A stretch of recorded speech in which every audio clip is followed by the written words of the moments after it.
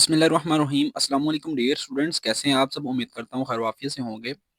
तो जैसा कि आपको पता है, हम जनरल एनाटमी के लेक्चर्स पढ़ रहे हैं, जिसमें हमने चैप्टर नंबर 4 को प्रीवियस वीडियो में डिस्कस किया था। तो आज ये एक वीडियो थोड़ी अलग होने वाली है, क्योंकि आज की इस वीडियो में हम जनरल एनाटमी के जो हमारे पास 8 से 9 चैप्टर हैं, उनके अंदर हम देखेंगे कि कौन कौन से क्वेश्चंस हैं जो पेपर पॉइंट ऑफ व्यू से इंपॉर्टेंट हो सकते हैं। लॉन्ग क्वेश्चंस को देखेंगे और शॉर्ट क्वेश्चंस को देखेंगे, ठीक है। तो आइए स्टार्ट करते हैं। सबसे पहले अगर चैप्टर नंबर 1 इंट्रोडक्शन की बात करें, तो इसमें अ, हमारे पास सिर्फ एक क्वेश्चन जो कि लॉन्ग क्वेश्चन बन सकता है, वो मैं आपको इधर बता देता हूँ। यहाँ पर आपको ब्रांचेस ऑफ एनाटमी नजर आ रहा होगा, ठीक है। ये वाला आपने क्वेश्चन करना है, लॉन्ग क्वेश्चन करना है, ठीक है। ये आपको लॉन्ग में दिया जा सकता है, ठीक है। उसके बाद इम्पोर्टेंस ऑफ एनाटमी, ये वाला, ठीक है। इसको भी आप कर लेना, ये भी इम्पोर्टेंट है। उसके बाद एनाटमिकल वेरिएशंस, इसको आप रहने देना, ये इम्पोर्टेंट नहीं है। उसके बाद है जी एनाटमिकल नोमेनक्लेचर। ये चैप्टर आपका शॉर्ट क्वेश्चंस के पॉइंट ऑफ व्यू से बहुत इंपॉर्टेंट है, ठीक है। इसमें आपको positions and planes of the body आपको बताई गई होती हैं, ठीक है, और मूवमेंट्स भी इस चैप्टर में आती हैं। तो आपकी एनाटमिकल पोजीशन ये बहुत ही इंपॉर्टेंट क्वेश्चन है, ठीक है। इसके ऊपर मैंने स्टार भी लगाया हुआ है। एनाटमिकल पोजीशन, उसके बाद प्लेन्स ऑफ द बॉडी।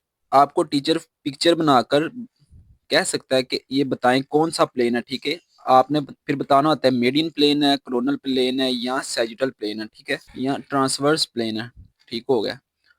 ये वाला शॉर्ट क्वेश्चन आपको आ सकता है। उसके बाद है जी, ये देखें पोजीशंस। हमारी बॉडी में जो पोजीशंस होती हैं, उसको भी कोई पिक्चर या डायग्राम के जरिए आपको पूछा जा सकता है। इसको भी आप शॉर्ट क्वेश्चंस के पॉइंट ऑफ व्यू से करें। उसके बाद है जी टर्म्स ऑफ मूवमेंट। मूवमेंट्स भी आपको कोई लॉन्ग क्वेश्चंस भी आ सकता है और शॉर्ट क्वेश्चन में भी पूछा जा सकता है।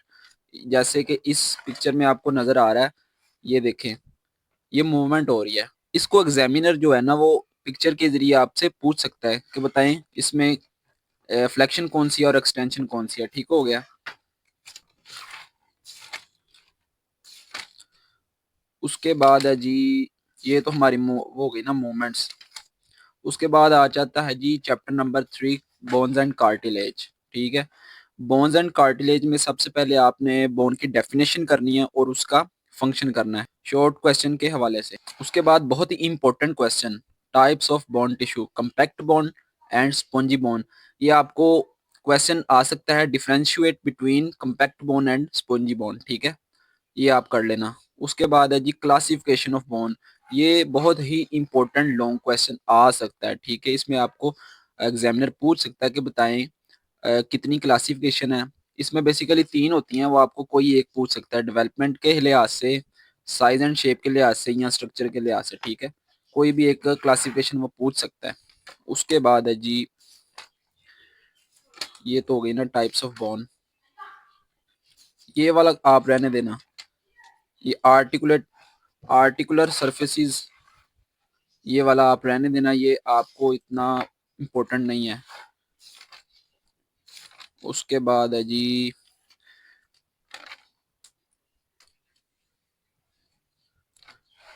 ये एपिफिसिस, इसमें आप सिर्फ डेफिनेशंस कर लेना, ठीक है।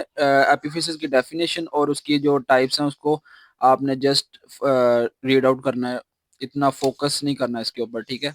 उसके बाद है डेवलपमेंट ऑफ बोन। ये भी आ सकता है, ये इंपॉर्टेंट है, डेवलपमेंट ऑफ बोन। इसमें इंटरमेम्ब्रेनस और इंटरकार्टिलेजनस होती है, जैसे मैंने आपको प्रीवियस लेक्चर्स में बताया हुआ है, ठीक है। ये आप कर लेना लॉन्ग क्वेश्चन। उसके बाद ये बोन ग्रोथ एंड रीमॉडलिंग, ये इंपॉर्टेंट नहीं है। उसके बाद ब्लड वेसल्स ऑफ बोन, ये भी इंपॉर्टेंट नहीं है, ठीक है। उसके बाद है जी कार्टिलेज, ये इंपॉर्टेंट है। इसको आपने लॉन्ग क्वेश्चन और शॉर्ट क्वेश्चन के पॉइंट ऑफ व्यू से करना, ठीक है। इसमें आपने कार्टिलेज की डेफिनेशन और टाइप्स ऑफ कार्टिलेज करना, ठीक है। आपको लॉन्ग क्वेश्चन भी आ सकता है और इंडिविजुअल भी आप इस पर शॉर्ट क्वेश्चन आ सकता है। उसके बाद है जी जॉइंट्स, ठीक है।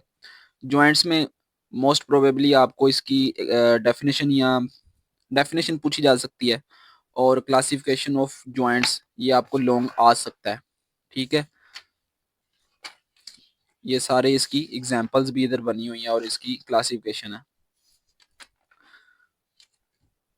तो क्लासिफिकेशन में अगर हम इम्पोर्टेंट लॉन्ग क्वेश्चन की बात करें ना, मतलब अगर ये तो एक क्लासिफिकेशन में बताते हैं ना कि एक होता है सिनार्थ्रोसिस और डाईआर्थ्रोसिस।